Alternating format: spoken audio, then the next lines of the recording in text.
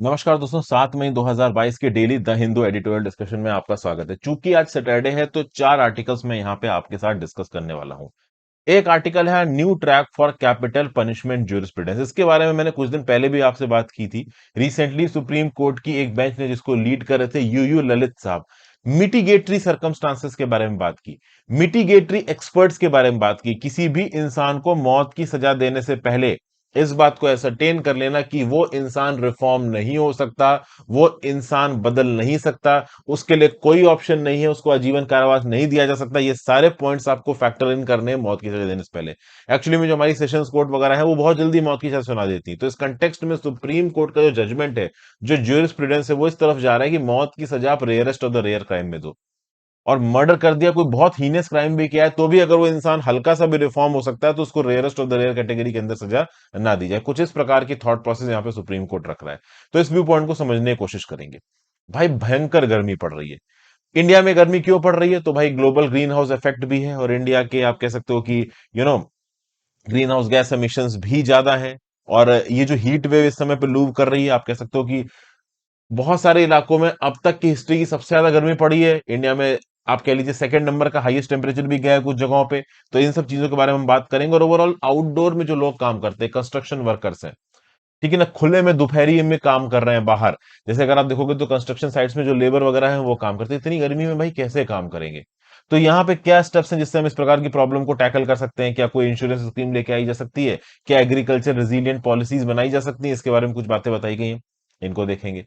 फिर नरेंद्र मोदी जी जो यूरोप गए हैं, तो वहां से जो क्या व्यू पॉइंट निकल के आ रहा है, किस प्रकार से यूरोप के ट्रूप को ये मैनेज किया है मोदी साहब ने, इसको हम लोग यहाँ समझने की कोशिश करेंगे। और फाइनली, अभी रिसेंटली एक न्यूज निकल के आई है मध्य प्रदेश के सियोनी डिस्ट्रिक्ट से। वहां पे कुछ दो ट्राइबल्स को मार दिया गया है, और शायद इसलिए मारा गया है क्योंकि ऐसा बताया जा रहा था कि वो शायद गाय को मारने वाले थे। तो वही जो काऊ लिंचिंग है, इसके अगेंस्ट जो विजिलेंटिज्म होता है, जो मॉब वायलेंस होता है, इस कंटेक्स्ट में एक और न्यूज यहां पे निकल के आ रही है। तो क्या बताया जा रहा है, क्या हुआ है, इस पर्टिकुलर न्यूज को समझने की कोशिश करेंगे। तो इतनी चीजें हम यहाँ पे डिस्कस करने वाले हैं दोस्तों। आगे बढ़ने से पहले वीडियो पे लाइक बटन, अगर चैनल को शेयर और सब्सक्राइब नहीं किया कर लीजिए, इंस्टाग्राम पे फॉलो कर लीजिए, टेलीग्राम ग्रुप ज्वाइन कर लीजिए। टेलीग्राम ग्रुप में आपको लेक्चर्स की पीडीएफ वगैरह मिल जाती हैं दोस्तों। हो सके तो ज्वाइन बटन दबा के हेल्प करें, आपके ज्वाइन बटन दबाने से खासा मदद मिलती है। अगर आप ज्वाइन बटन नहीं दबा सकते तो सुपर थैंक्स की बटन दबा के मदद कर सकते हैं, नीचे आपको सुपर थैंक्स का ऑप्शन मिल जाएगा। वीडियो को लाइक और शेयर कर दीजिएगा वीडियो के इंगेजमेंट को बढ़ाने के लिए। तो a new track for capital punishment jurisprudence, क्या बताया जा रहा है? देखिए, डेथ पेनाल्टी के अगेंस्ट जो ज्यूरिस्प्रूडेंस है उसमें सुप्रीम कोर्ट इन्वॉल्व हो रहा है, और एक प्रकार की जुडिशियल थिंकिंग में रीसेट आ रहा है। अब तक क्या है, सेशन कोर्ट वगैरह में अगर आप देखोगे, और कई बार जब हाई कोर्ट डेथ पेनाल्टी को अप्रूव कर देती है, तो उस कंटेक्स्ट में एक ऐसा व्यू पॉइंट यहां पे निकल के आ रहा है कि भाई, ज्यादातर केसेस में आप डेथ पेनाल्टी प्रोनाउंस मत करो, रेयरेस्ट ऑफ रेयर केसेस में डेथ पेनाल्टी प्रोनाउंस करो। अगर आप इंडिया की बात करो तो सुप्रीम कोर्ट यहां पे सेंटेंसिंग मेथोडोलॉजी को एग्जामिन कर रहा है। वैसे तो मैं आपको बता दूं कि अगर इंडिया के अंदर कोई सेशंस कोर्ट डिस्ट्रिक्ट के लेवल, देखो डिस्ट्रिक्ट के लेवल पे दो कोर्ट्स होती है, district court, sessions court. Sessions court criminal culpability में चीजों को देखता है, क्रिमिनल ऑफेंसेस को देखता है। तो ऑब्वियस सी बात है, जब डिस्ट्रिक्ट कोर्ट सिविल कैपेसिटी में मीट कर रही है तो वहां पे मौत की सजाएं नहीं सुनाई जाएंगी। मौत की सजाएं क्रिमिनल केसेस में ही सुनाई जाती है। तो सेशंस कोर्ट मौत की सजा सुनाता है। अब ये जो मौत की सजा सेशंस कोर्ट सुनाता है, इसमें जो भी मेथोडोलॉजी सेशंस कोर्ट डिप्लॉय करता है, उस मेथोडोलॉजी को यहां पे सुप्रीम कोर्ट क्वेश्चन कर रहा है। सुप्रीम कोर्ट यहां पे पूछ रहा है कि किसी भी इंडिविजुअल को मौत की सजा सुनाने से पहले क्या आपने उसके मिटिगेटिंग सर्कमस्टांसेस को प्रॉपर तरीके से स्टडी किया है? अगर नहीं स्टडी किया है तो क्यों नहीं स्टडी किया है? तो सुप्रीम कोर्ट के इस क्वेश्चन से अब आप कह सकते हो कि जुडिशियल थिंकिंग की ट्रेजेक्टरी में थोड़े चेंजेस आएंगे। जो सेशंस कोर्ट है वो मौत की सजा सुनाने से पहले सोचेंगे, क्योंकि समझिए, सेशंस कोर्ट भी सुप्रीम कोर्ट के जजमेंट के हिसाब से बाइंडिंग होते हैं। अगर सुप्रीम कोर्ट ने कोई आइडियोलॉजी बोली है तो सेशंस कोर्ट या हाई कोर्ट का जज एक डिसीजन को सुनाने से पहले उसके बारे में सोचेगा। अगर आप देखो तो अगर कोई सेंटेंसिंग कोर्ट अंडर लॉ मौत की सजा सुनाता है, तो chapter 28 code of criminal procedure के हिसाब से ऑटोमेटिकली उस मौत की सजा को कंफर्म करना पड़ेगा हाई कोर्ट के द्वारा।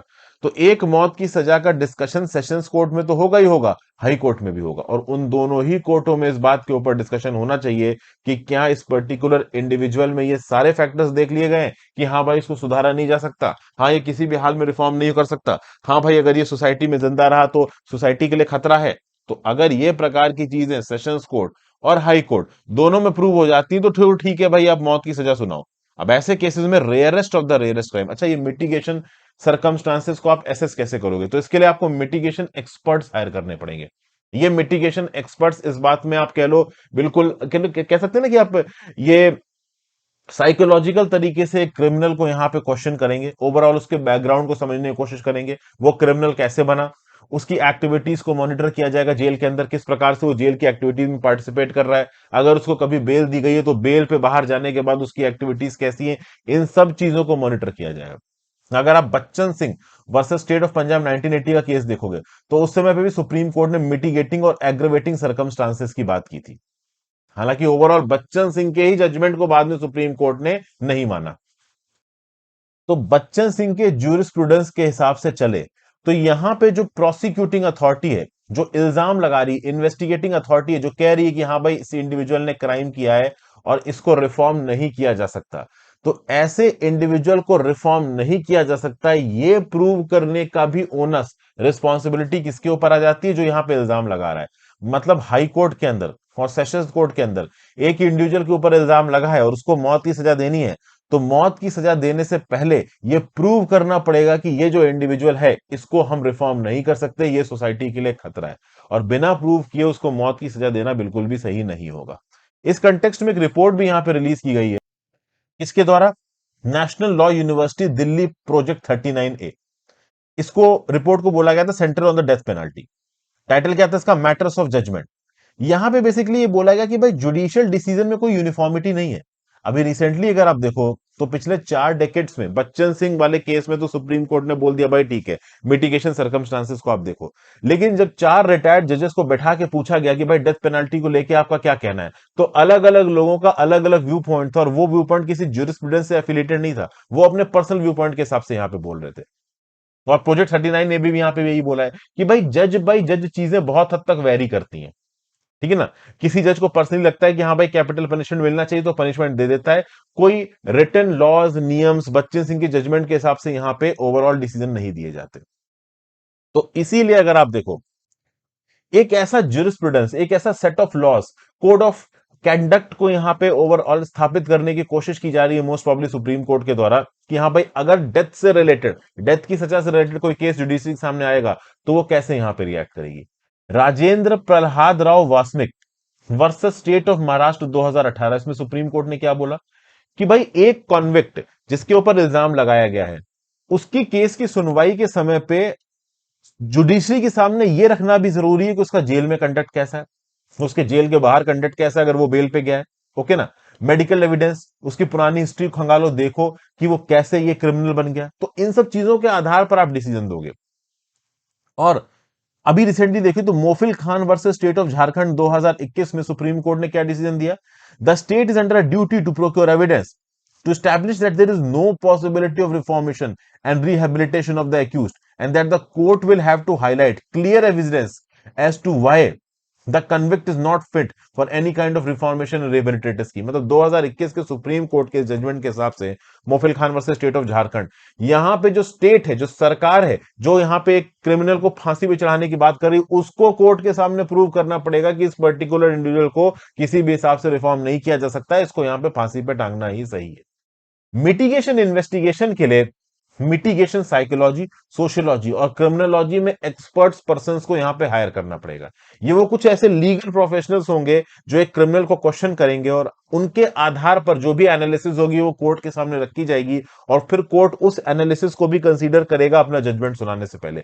मतलब ओवरऑल आप एक जज अपनी पर्सनल सोच के हिसाब से ये नहीं कह सकता कि नहीं भाई ये पर्टिकुलर पर्सन रिफॉर्म नहीं हो सकता, केवल उसके क्राइम के बेसिस पे डिसीजन नहीं दिया जाएगा, उसका बैकग्राउंड भी देखा जाएगा, उसका कंडक्ट भी देखा जाएगा, वो क्रिमिनल कैसे बना ये भी देखा जाएगा। इस बात को प्रूव करने की कोशिश की जाएगी कि हाँ भाई सच में ये रिफॉर्म हो सकता है या नहीं हो सकता, और अगर नहीं हो सकता है तब तो भाई आपको डेथ देनी है। और इसी कंटेक्स्ट में अगर आप देखो तो 29 मार्च 2022 को एक बेंच ऑफ सुप्रीम कोर्ट जिसको लीड कर रहे थे S S U you Lalit साहब, और जस्टिस एस रविंद्र भट्ट थे, पी एस नरसिम्हा थे, इन्होंने एक इंटरलोक्यूटरी एप्लीकेशन को सुनने के बिहाफ पे ये बोला कि भाई देखिए, जो भी यहाँ पे प्रोबेशन ऑफिसर होगा, प्रोबेशन ऑफिसर आप कह सकते हो जो कि उस पर्टिकुलर केस की सुनवाई में इन्वॉल्व है, मिटिगेटिंग सर्कमस्टांसेस में देख रहा है, तो एक प्रोबेशन ऑफिसर और एक मिटिगेटिंग इन्वेस्टिगेटर एक पर्टिकुलर डेथ सेंटेंसिंग के केस में कोर्ट को असिस्ट करेंगे और यहां पे एनालिटिकली और साइकोलॉजिकली उस क्रिमिनल के दिमाग को समझने में कोर्ट को असिस्ट करेंगे और ओवरऑल उसके बेसिस पे डिसीजन दिया जाएगा कि हाँ भाई इसको मौत की सजा देनी है या नहीं देनी है। और ये सिर्फ सुप्रीम कोर्ट नहीं करेगा, सुप्रीम कोर्ट ने सेशंस कोर्ट, ट्रायल कोर्ट को भी साफ साफ बोला है कि अपना जजमेंट सुनाने से पहले आप ओवरऑल ड्यू डिलिजेंस एक्सरसाइज करिए, देखिए कि मिटिगेशन सर्कमस्टांसेस को आपने इन्वेस्टिगेट किया है कि नहीं किया है, मिटिगेशन इन्वेस्टिगेटर की बात सुनिए, प्रोबेशन ऑफिसर की बात सुनिए और ओवरऑल प्रॉपर तरीके से अपना जजमेंट दीजिए। हो सकता है इसके लिए जल्दी ही यहां पे गाइडलाइंस भी रिलीज की जाए सुप्रीम कोर्ट के द्वारा। अगली सुनवाई डेथ पेनाल्टी के केस में सुप्रीम कोर्ट की है 10 मई 2022 को, और इस सुनवाई के बाद पूरे चांसेस है कि सुप्रीम कोर्ट एक सेट ऑफ गाइडलाइंस देगा जिस गाइडलाइंस के हिसाब से मौत की सजा इंडिया के अंदर सुनाई जा सकती है। ठीक है भाई, तो ये ओवरऑल चीजें यहाँ पे बताई गई हैं। बच्चन सिंह जजमेंट फिर से यहाँ पे न्यूज में है। जो मौत की सजाएं बहुत फ्रीक्वेंसी के साथ ट्रायल कोर्ट के द्वारा, सेशंस कोर्ट के द्वारा सुनाई जा रही है, उसको शायद यहाँ पे कम करने की कोशिश करेगी सुप्रीम कोर्ट। ठीक है भाई, चलते हैं ओवरकमिंग डिफरेंसेस अगले आर्टिकल की तरफ। India new push for stronger ties with Europe comes at a crucial time for both. Modi ji का यूरोप दौरा खत्म हो गया, एंड में ये मिले फ्रेंच प्रेसिडेंट इमैनुअल मैक्रोन से। एक नॉर्मल विजिट थी, वर्किंग विजिट थी, लेकिन ओवरऑल इस वर्किंग विजिट के समय पे कॉम्प्रिहेंसिव डिस्कशन हुआ है बायलेटरल, रीजनल और इंटरनेशनल इश्यूज पे। 30 पैराग्राफ लंबा ज्वाइंट स्टेटमेंट यहाँ पे रिलीज किया गया। जर्मनी भी गए थे मोदी जी, डेनमार्क भी गए थे, नॉर्डिक समिट में भी इन्होंने पार्टिसिपेट किया। उसके बाद अगर आप देखो तो इससे पहले इंडिया में आई थी यूरोपियन कमीशन की प्रेसिडेंट उर्सुला वॉन्डर लेन। इन सारी की सारी मीटिंग्स में यूक्रेन टॉप पे रहा है, यूक्रेन वॉर। ज्वाइंट स्टेटमेंट्स में डिफरेंसेस जरूर रहे हैं। इंडिया बहुत हद तक अपने स्टेटमेंट्स पे रशिया के प्रति न्यूट्रल रहा है, यूरोपियन कंट्रीज बहुत ज्यादा एग्रेसिव रही हैं। लेकिन at the same point of time India France ने यहाँ पे बोला है कि हाँ भाई नॉकआउट इफेक्ट्स को कम करने की कोशिश करेंगे, यूक्रेन वॉर का जो इंपैक्ट आ रहा है इंटरनेशनल इकोनॉमी को उसको कम करने की कोशिश करेंगे। इमैनुअल मैक्रोन साहब ने इंडिया को बोला है कि आइए फार्म इनिशिएटिव में पार्टिसिपेट करिए। फार्म मतलब food and agriculture resilience mission. दुनिया भर में जो फूड सिक्योरिटी के ऊपर प्रॉब्लम आ रही है, वीट के जो एक्सपोर्ट बंद हो गए यूक्रेन रशिया से, उससे दुनिया भर में जो वीट की कमी आ रही है, इसको इंडिया कम करने की कोशिश कर सकता है अपने वीट स्टॉक पाइल को एक्सपोर्ट करके। लेकिन इंडिया के अंदर भी एक तगड़ी हीट वेव चल रही है, बहुत सी जगहों पे वीट की जो क्रॉप है वो तबाह हो रही है। तो इंडिया को 10 बार सोचना पड़ेगा ओवरऑल वीट को एक्सपोर्ट करने से पहले कि हम वीट एक्सपोर्ट करें भी कि ना पड़े। क्योंकि हम पुराना समय नहीं याद कर सकते जब 2000 अर्ली 2000 में हम लोगों ने एक लिमिट से ज्यादा वीट एक्सपोर्ट कर दिया, बाद में पता चला इंडिया को वीट इंपोर्ट करना पड़ रहा है। तो वीट इतना भी नहीं एक्सपोर्ट कर देना है कि हमारे देश में यहां पे कमी पड़ जाए। और हीट वेव्स के बाद जो बम्पर हमारे यहाँ पे हार्वेस्टिंग होती है ना वीट की, ये खतरे में आ सकती है, ऐसा भी यहाँ पे कुछ एजम्पशन किया जा रहा है। फिर क्लाइमेट चेंज के ऊपर बातचीत हुई बर्लिन में, डेनमार्क कोपनहेगन में। फ्रांस और इंडिया की बात करें तो पेरिस क्लाइमेट अकॉर्ड में फ्रांस इंडिया का बहुत इंपॉर्टेंट रोल रहा है। इंटरनेशनल सोलर अलायंस जब मोदी जी ने सेटअप किया था 2015 में, तो उस समय पे फ्रांस के प्रेसिडेंट फ्रेंकोइस होलंडे साहब उनके साथ खड़े थे। आज की डेट में इमैनुअल मैक्रोन साहब खड़े हैं। सोलर एनर्जी के फील्ड में अगर इंटीग्रेटेड सप्लाई चेन्स को बनाने वाली बात हो, यूरोप एशिया के मार्केट को खोलने वाली बात हो, यहां पे भी इन डिस्कशंस को किया गया, डेनमार्क में भी, जर्मनी में भी, फ्रांस में भी। फ्रांस के साथ बायलेटरल स्ट्रेटेजिक डायलॉग के ऊपर यहां पे स्पेशल फोकस डाला जा रहा है। 60 साल लंबी पार्टनरशिप है इंडिया फ्रांस के बीच में, 6 डिकेड लॉन्ग पार्टनरशिप। और सबसे खास बात यहां पे ये है कि रिसेंटली स्पेस का फील्ड बहुत एक्टिव हो गया। स्पेस के फील्ड में चाइना, रशिया, यूएस तीनों ही बहुत एक्टिवली इन्वॉल्व हो रहे हैं।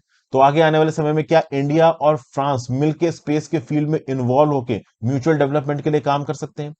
इंडिया फ्रांस की जो रिलेशनशिप है काफी प्रोडक्टिव रही है। अगर यूरोप के बाकी देशों के साथ इंडिया का एंगेजमेंट देखोगे तो फ्रांस का साथ एंगेजमेंट इंडिया का ज्यादा नजर आता है। फॉर एग्जाम्पल 1998 में जब हमने न्यूक्लियर टेस्ट किए तो फ्रांस ने इंडिया के ऊपर सैंक्शंस नहीं लगाए। 2008 में जब सिविल न्यूक्लियर डील साइन हो गई और एनएसजी यानी कि न्यूक्लियर सप्लायर्स ग्रुप का वेवर मिल गया इंडिया को, तो सिविल न्यूक्लियर डील इंडिया के साथ साइन करने वाली सबसे पहली कंट्री थी यहाँ पे फ्रांस। फ्रांस ने यहाँ पे बिड करी, ऑक्शन किया है कि महाराष्ट्र के जैतापुर में 6 न्यूक्लियर पावर प्लांट्स फ्रांस की एक कंपनी लगाएगी। जल्दी इसके ऊपर बातचीत चल रही है, लेकिन लंबे समय से बातचीत स्टॉल्ड है। अब तो ये सब बातें भी होने लगी कि न्यूक्लियर प्लांट लगाने की जरूरत क्या है, सोलर प्लांट लगाओ। मिस्टर मोदी जी के विजिट के समय पे ये न्यूक्लियर प्लांट्स लगाने वाली बात के ऊपर ज्यादा फोकस नहीं किया गया है। लेकिन हाँ, एक चीज जिसके ऊपर यहाँ पे ध्यान जा रहा है, जैसे इंडिया ने ऑस्ट्रेलिया के साथ एक एफटीए साइन किया, यूएई के साथ एक एफटीए साइन किया, अगर यूरोप के साथ इंडिया का एक एफटीए साइन हो जाए तो मजा आ जाए। इस चीज के ऊपर मोदी जी का फोकस उतना नहीं नजर आया इस पर्टिकुलर मीटिंग में। इस बात को लेके बहुत सारे लोग क्रिटिसाइज कर रहे हैं सरकार को। हालांकि देखिए, सरकार की भी अपनी कुछ प्रायोरिटीज है। अगर भारत सरकार यूरोपियन कंट्रीज को इंडिया के मार्केट का एक्सेस देगी, तो भारत सरकार को यह भी इंश्योर करना पड़ेगा कि ये यूरोपियन कंट्रीज भी इंडिया के लोगों को वीजा दे रही हैं, इंडिया के प्रोडक्ट्स को अपने कंट्रीज में आने दे रही हैं। अब इंडिया ये तो नहीं कर सकता ना कि हम अपना मार्केट खोल दें उनकी कंपनियों के लिए और हमारी कंपनियां वहां पे एक्सपोर्ट ही ना कर पाए। ये तो टू वे बिजनेस है।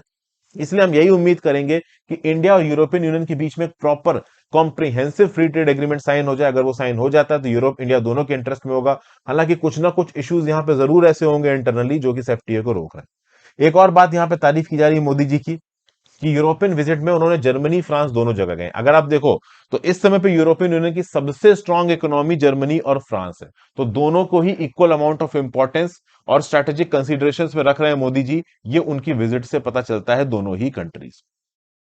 ठीक है भाई।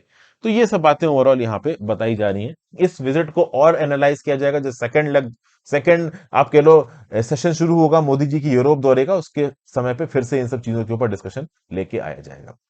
चलिए, काउंटडाउन, एंटी लिंचिंग लॉस। अभी नॉर्थ इंडिया के अंदर एक और आप कह लो डिस्टार्डली डिस्टर्बिंग एक्ट हुआ है। दो ट्राइबल मैन को इतना मारा गया कि इनकी मृत्यु ही हो गई। और ऐसा बताया जा रहा है कि जो एक्टिविस्ट थे जिन्होंने काम किया वो बजरंग दल के थे। सियोनी मध्य प्रदेश नाम की जगह पे ये हुआ है। और क्यों हुआ है? ऐसा सस्पिशन था कि ये जो दो लोग थे वो काउस को स्लॉटर करने वाले थे। अब काउ स्लॉटरिंग में मुस्लिम्स और दलित्स को बहुत हद तक टारगेट बनना पड़ा है। अगर आप देखो तो एक डेयरी फार्मर थे पहलू खान, अप्रैल 2017 में राजस्थान में इनको काउ विजिलेंस द्वारा मार दिया गया। अभी के लिए जो दो मैन हैं, इनका नाम है संपत लाल वत्ती और धनसई इनवत्ती। इनके ऊपर यहां पे अटैक हुआ है। 20 लोगों द्वारा यह अटैक किया गया। दोनों को इंजुरीज हुई और इंजुरीज की वजह से इन दोनों की यहां पे मृत्यु हो गई। यहां पे 13 लोगों को अरेस्ट किया गया। उन 13 में से 6 लोग बताए जा रहे हैं बजरंग दल के हैं। ऐसा इन दो ट्राइबल लोगों की फैमिली मेंबर्स का बोलना है। अब प्लस यहां पे देखिए, अब एडमिनिस्ट्रेशन के ऊपर भी क्वेश्चन उठा रहा है। जो आर्टिकल के राइटर है इनका ये बोलना है कि ओवरऑल काउ स्लॉटर के केसेस में जो एडमिनिस्ट्रेशन है, जो लॉ इन्फोर्समेंट है, वो प्रॉपर तरीके से काम नहीं करता। काउ स्लॉटर लॉज इंडिया के अंदर बनाए गए हैं, लेकिन इन लॉज को लॉफुल तरीके से इंप्लीमेंट करने की बजाय लिंचिंग होती है, मॉब जस्टिस करने की कोशिश की जाती है। तो ये सब चीजें यहां पे हो रहा है। प्लस ऑथर ये भी बोल रहा है कि जो strict cattle slaughter laws India के अंदर बनाए गए हैं वो मेजॉरिटी हिंदू जनता को खुश करने के लिए बनाए गए हैं, अपीजमेंट पॉलिटिक्स का ये हिस्सा है। इस प्रकार की बातें देखिए यहाँ पे कही जा रही है। अब ये बहुत सेंसिटिव बातें हैं।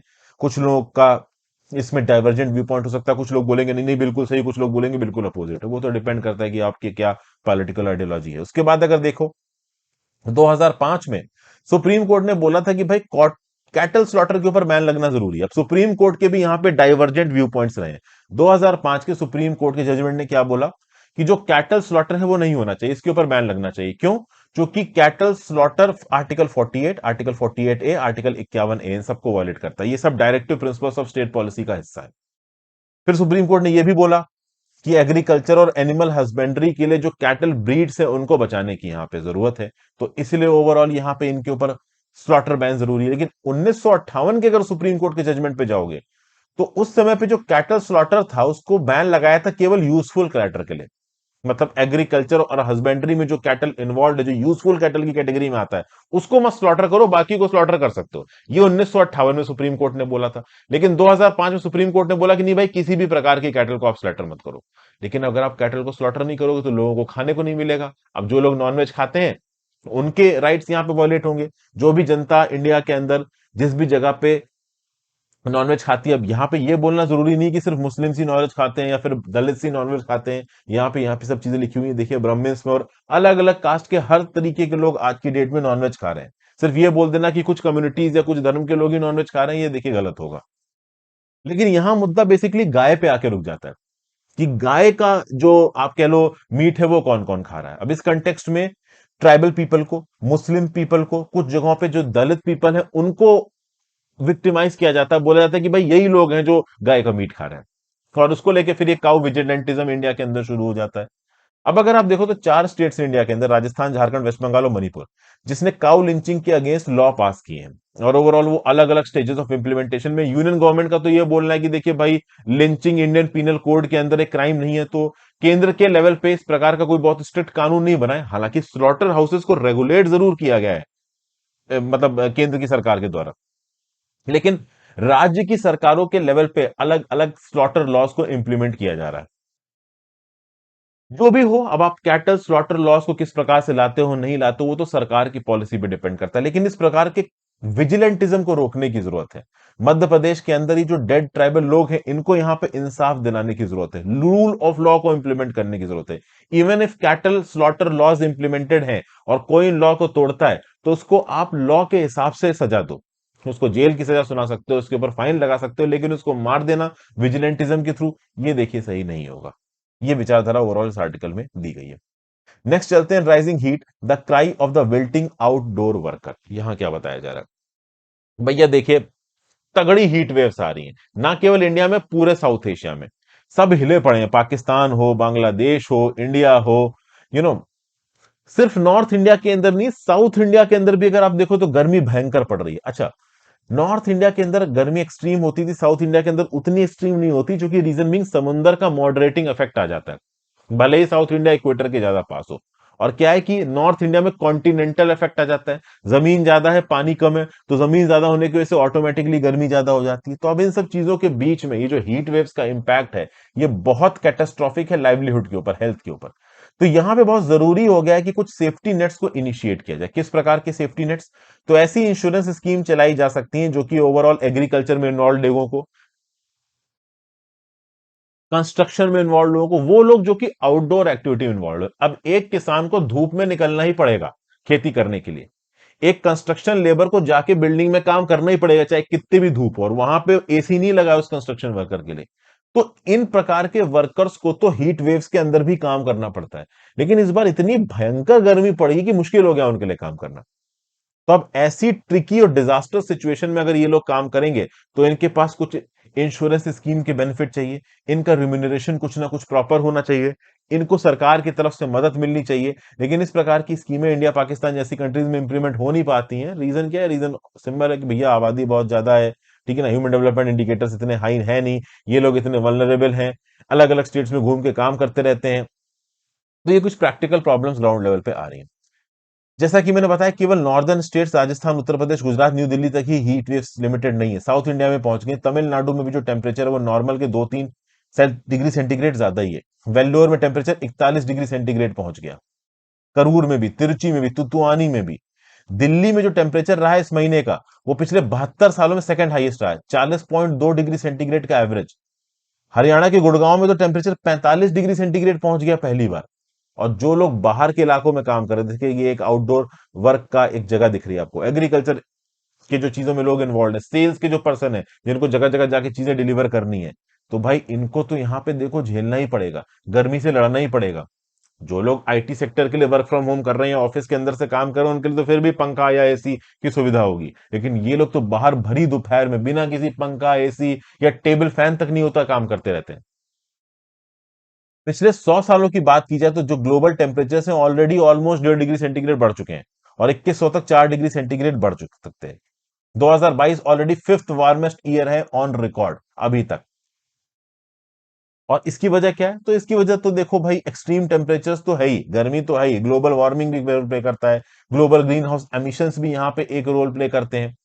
और कभी कभी क्या होता है, चीजें एक्सरबेट हो जाती है, जब इतनी ज्यादा गर्मी पड़ती है ना, तो ड्राई सिचुएशन हो जाती है, गर्मी बहुत है, वाइल्ड फायर लग जाती है, फॉरेस्ट फायर लग जाती है, और ये फॉरेस्ट फायर और ग्रीन हाउस गैस एमिशंस को एक्सरबेट कर देती है। क्योंकि पेड़ जलेगा तो ग्रीन हाउस गैस एमिशंस तो यहाँ पे एमिट होगी ही होगी। अगर आप देखें, यूरोप में डेडलीस्ट क्लाइमेट डिजास्टर देखने को मिल रहा है इन हीट वेव्स की वजह से। साउथ एशिया में तो प्रॉब्लम हो ही रही है। 1971 से लेकर 2019 के बीच में अगर साउथ एशिया के कुछ फिगर्स को यहां पे हम लोग एनालाइज करें, तो पता चलेगा 1,41,308 लोग एक्यूट वेदर की वजह से मरे, जिसमें से 17,362 तो हीट वेव्स की वजह से मरे। ठीक है, तो आप ये डाटा लिख सकते हो कि 1971 से लेकर 2019 के बीच में 17,362 जाने हीट वेव्स की वजह से गई हैं। और आगे आने वाले समय में अगर आप देखोगे, तो ये जो मोर्टिलिटी रेट्स है वो बढ़ने वाले हैं। World wide economic rises global warming की वजह से कितने हो जाएंगे? यूएस 1.6 ट्रिलियन डॉलर, अगर टेम्परेचर इंक्रीज 2 डिग्री सेंटीग्रेड को क्रॉस हो जाता है। इंडिया, चाइना, पाकिस्तान और इंडोनेशिया, यहाँ पे बहुत से ऐसे लोग हैं जो कि आउटडोर एक्टिविटीज में इन्वॉल्व हैं। इनके ऊपर एक बहुत जबरदस्त इंपैक्ट आएगा, जिसको समय पर रोक पाना काफी मुश्किल होने वाला है। डेली के बेसिस पे जो टेम्परेचर है वो 40 डिग्री सेंटीग्रेड को क्रॉस करने वाले हैं। हमें बहुत जरूरी है कि अर्जेंट बेसिस पे हम टेम्परेचर इंक्रीज को रोकें, बट क्या ऐसा लग रहा है? देखिए, मुश्किल है। पॉलिटिकल विल तो कमी लग रही है। इंडिया ने साफ साफ बोल दिया है कि भाई हम तो क्लाइमेट न्यूट्रल होंगे, जीरो कार्बन न्यूट्रल होंगे 2017 में। चाइना ने बोल दिया 2060 तक। हम तो और माइनिंग फील्ड्स को ढूंढ रहे हैं, जरूरी है हमारे लिए। अब अगर हम नहीं ढूंढेंगे तो इलेक्ट्रिसिटी कट्स पूरे इंडिया में देखने को मिल रहे हैं। इंडिया का एक नागरिक, यूएस का नागरिक इंडिया के नागरिक से 40 गुना बिजली कंज्यूम करता है। इंडिया के नागरिकों के पास बिजली की अवेलेबिलिटी तक नहीं है। आप देख ही रहे हो, पूरे इंडिया में इलेक्ट्रिसिटी कट हो रहे हैं। अगर सरकार नई माइंस नहीं ढूंढेगी, कोयला नहीं निकालेगी, तो बिजली कहां से आएगी? हर जगह पे बिजली कटनी शुरू हो जाएगी। तो सरकार की भी मजबूरी है कि भाई इतनी बड़ी आबादी की रिक्वायरमेंट्स को अगर पूरा करना है तो कोल माइनिंग करनी पड़ेगी। अब कोल माइनिंग करेंगे तो उससे ग्रीन हाउस गैस एमिशंस होंगे, ग्लोबल वार्मिंग को नुकसान पहुंचेगा। तो ओवरऑल ये जो इश्यूज है ना, ये काफी सेंसिटिव हो चुके हैं, काफी प्रॉब्लमेटिक हो चुके हैं। अगर क्लाइमेट मिटिगेशन और डीकार्बोनाइजेशन की बात की जाए तो यहां पे लीड लेनी चाहिए जो डेवलप्ड कंट्रीज है। यूनाइटेड स्टेट्स हो गया, यूरोपियन यूनियन हो गया, चाइना हो गया। इंडिया को भी यहां पे ओवरऑल कुछ ना कुछ स्टेप्स लेने चाहिए। और इंडिया ने बोला भी हम स्टेप्स लेंगे अगर आपकी तरफ से हमें मदद आएगी, और मदद आ भी रही। जैसे ही जर्मनी में रिसेंटली अनाउंस किया कि वो $10 बिलियन इंडिया को देंगे क्लाइमेट चेंज को टैकल करने के लिए। तो इस प्रकार की मदद आती रही तो इंडिया बहुत मेजर स्केल पे कुछ न्यूक्लियर पावर प्लांट्स बना लेगा, कुछ विंड और सोलर एनर्जी के प्लांट्स बना लेगा, और हमारी कोल पावर के ऊपर जो डिपेंडेंस है थोड़ी कम हो जाएगी, और ये जरूरी भी है। फिर यहां पे एक बड़ी बात की जा रही है, इंश्योरेंस अगेंस्ट हैजार्ड्स। देखिए, क्लाइमेट एडेप्टेशन, देखिए क्लाइमेट को टैकल करना जरूरी है, ग्रीन हाउस गैस एमिशंस को कम करना जरूरी है, ओवरऑल ग्लोबल वार्मिंग के इस पूरे के पूरे फिनोमिना को रोकना जरूरी है। नो डाउट, इसमें कोई खामी नहीं है। लेकिन देखिए, कहीं ना कहीं हमें क्लाइमेट एडेप्टेशन भी करना पड़ेगा। सीधी सीधी बात है, जो green house gas emission already हो चुका है उसको आप रिवर्स तो कर नहीं सकते। तो एक अप्रोच यहां पे ये होनी चाहिए कि जो ग्लोबल वार्मिंग ऑलरेडी हो चुकी है उसके साथ आप अडेप्ट कर लो। Climate adaptation should be the, आप कह लो, मंत्रा है। अब इस क्लाइमेट अडेप्टेशन के लिए आपको फाइनेंशियल ट्रांसफर करने पड़ेंगे फार्मर्स को, ताकि ये ज्यादा से ज्यादा ट्रीज लगाएं, एक्सट्रीम वेदर से अपने आप को बचाने के लिए अच्छे इक्विपमेंट्स को खरीद सकें। हैवी वाटर यूजेज को आपको रोकना पड़ेगा। जब हीट वेव्स ज्यादा होंगी और वाटर इंटेंसिव क्रॉप आप नहीं उगा सकते, जैसे राइस की खेती की बात की जाए, शुगर केन की खेती की बात की जाए, इनमें बहुत पानी इस्तेमाल होता है। रबड़ की खेती की बात की जाए, बहुत पानी इस्तेमाल होता है। तो अब ऐसे केसेस में, ऐसे क्रॉप्स में हमें ड्रिप इरिगेशन का प्रयोग करना है। एक लिमिट से ज्यादा पानी हम इस्तेमाल नहीं कर सकते, क्योंकि जब ज्यादा हीट वेव होगा तो बहुत ज्यादा पानी आप ला भी नहीं पाओगे। इंडिया ऑलरेडी एक वाटर डेफिशिएंट नेशन है, और बहुत ज्यादा पानी इस्तेमाल करोगे तो ग्राउंड वाटर टेबल जल्दी सूख जाएगा, कुछ ही सालों में एक्सरसाइज अनसस्टेनेबल हो जाएगी। तो बेटर यही रहेगा कि कम वाटर इंटेंसिव क्रॉप्स को इस्तेमाल की जाए नए टेक्नोलॉजी के आधार पर, जैसे कि ड्रिप इरिगेशन को यूज के। वाटर इंटेंसिटी को आप कम करो, वाटर यूजेज की इंटेंसिटी को कम करो, और ओवरऑल एग्रीकल्चर को सस्टेनेबल करो। फिर अगर कोई क्रॉप लॉस होता है तो प्रॉपर इंश्योरेंस स्कीम होना चाहिए, आउटडोर वर्कर्स के लिए प्रॉपर इंश्योरेंस स्कीम होनी चाहिए, ताकि जो लोग आउटडोर के इलाकों में काम कर रहे हैं वो अपने आप को क्लाइमेट के साथ अडेप्ट कर सके। ओवरऑल उनके ऊपर एक लिमिट से ज्यादा प्रेशर ना पड़े, उनकी हेल्थ से रिलेटेड उनके पास इंश्योरेंस अवेलेबल हो। और सब्सिडीज को भी यहाँ पे प्रायोरिटाइज करने की जरूरत है, रिफॉर्म करने की जरूरत है। अब जैसे कैरोसिन सब्सिडी की बात की जाए, तो कैरोसिन की सब्सिडी तो दी गई लोगों को, लेकिन ये सब्सिडी की केवल 26% ही प्रॉपर तरीके से ग्राउंड लेवल पे पहुंचती, बाकी बीच में करप्ट ऑफिशियल्स खा जाते हैं। तो सब्सिडीज को इस प्रकार से रिफॉर्म करिए ताकि वो ग्राउंड लेवल पे लोगों के हाथ में आए, करप्शन यहां पे कम हो। मतलब जो भी सरकारी चीज हो, सरकारी सुविधा हो, वो इंटेंडेड लोगों के हाथ में पूरी ईमानदारी से पहुंचे। प्लस ओवरऑल आउटडोर इलाकों में जो लोग काम कर रहे हैं वो अडेप्ट कर सके इस क्लाइमेट चेंज के साथ अपने आप को, तो उनके पास इंश्योरेंस स्कीम अवेलेबल हो, सरकार की तरफ से सस्ते लोन अवेलेबल हो एग्रीकल्चर इनोवेशंस को अडॉप्ट करने के लिए। नई एग्रीकल्चरल और इरिगेशन टेक्निक्स हम सीख पाए, नए प्रकार के डिजास्टर, कह सकते हैं हीट रेजिलिएंट क्रॉप्स को हम बना पाए, उनकी वैरायटीज को बना पाए जो कि कम पानी को इस्तेमाल होकर उगे, न्यूट्रिशियस हो। तो इस प्रकार की बहुत से ग्राउंड लेवल के इंटरवेंशंस को हमको इंप्लीमेंट करना है, अगर हमको लॉन्ग टर्म में लंबी रेस का घोड़ा बनना है तो। क्योंकि देखिए, हीट वेव्स आगे आएंगी आएंगी, टेम्परेचर इंक्रीज होगा ही होगा। तो कहीं ना कहीं हमें अपने आप को तैयार करना है कि हम इस पर्टिकुलर टेम्परेचर इंक्रीज से, इस पर्टिकुलर दुविधा से लड़ने के लिए तैयार हो। Small scale, long scale, sorry large scale international cooperation, सरकारी कोऑपरेशन, चाहे केंद्र की सरकार हो, राज्य की सरकार हो, लोकल लेवल पे सिविल सोसाइटी हो, जो हमारे प्राइमरी इनोवेशन के इंस्टीट्यूट्स हैं, जैसे कि इंडियन एग्रीकल्चरल रिसर्च इंस्टीट्यूट हो गया, इन सबको ग्राउंड लेवल पे इंप्लीमेंट होके, इन्वॉल्व होके लोगों के लिए चीजें आसान करनी पड़ेंगी। नहीं तो लॉन्ग टर्म में ये जो हीट वेव्स हैं, ये जो ग्लोबल वार्मिंग है, ये कमर तोड़ के रख देगी आम आदमी की, खासकर उन लोगों की जो कि आउटडोर एक्टिविटीज में इन्वॉल्व होते हैं। तो ये था एनालिसिस दोस्तों। आई होप आपको मजा आया। इंस्टाग्राम पे फॉलो कर लीजिए, टेलीग्राम ग्रुप ज्वाइन कर लीजिएगा if possible friends. Click the join button and super thanks. Have a great day. Goodbye. ध्यान रखिए अपना, पढ़ते लिखते